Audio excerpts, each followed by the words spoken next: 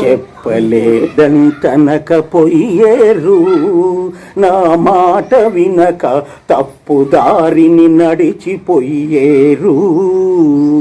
చెప్పలేదంటనకపోయేరు, నా మాట వినక తప్పుదారిని నడిచిపోయేరు.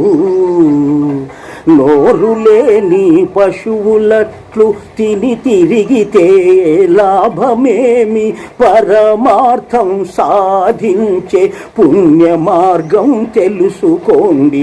చెప్పలేదంటనకపోయేరు, నా మాట వినక తప్పుదారిని నడిచిపోయేరు.